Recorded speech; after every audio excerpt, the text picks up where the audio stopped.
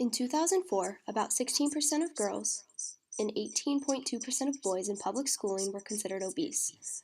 Out of all of these schools, 6 to 7% met the school lunch standards.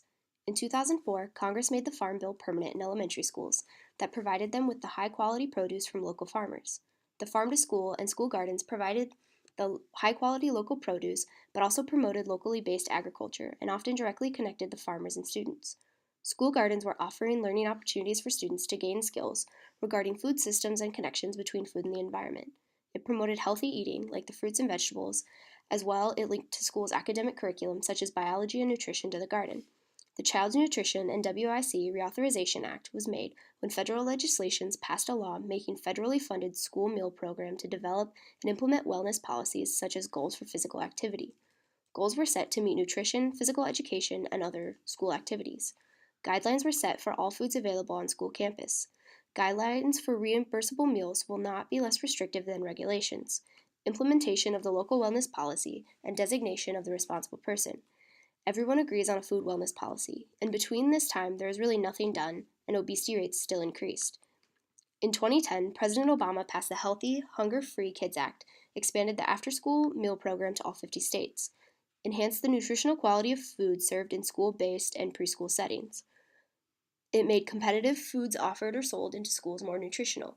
The Healthy Kids Act was mandated, and it set physical activity and nutrition standards for foods sold on campus. The minimum time for kids in elementary school through secondary school to be active. All the kids kindergarten through 5th grade had to have 30 minutes daily of activity. Kids 6th grade through 12th grade had to have 120 minutes per week. Every kid as well had to pass a physical fitness test by the time they graduated high school. In 2014, a nutrition standard was mandated for foods on school grounds outside of regular meals. There was a zero exemption for fundraisers. Foods sold during the day or 30 minutes before and after had to meet the nutritional standards. In 2015, the obesity rate was 20%. It had risen because of the after-school programs and gym had been cut. Some kids ate up to 6 snacks a day, parents don't have the time for sit-down meals, and they consume 31% more calories than 30 years ago. Kids spend 7.5 hours using technology daily and only get 1/3 of the recommended hours of physical activity. The Let's Move campaign was so that children could grow to be healthier, give parents information, and provide healthier foods in schools.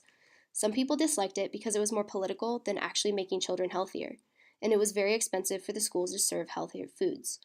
The goal is by 2030 to reduce childhood obesity by 5%. The Food and Nutrition Service made a healthier food challenge that recognizes schools who meet criteria for healthy food programs, physical education programs, and nutritional education. It gives schools incentive to follow the standards.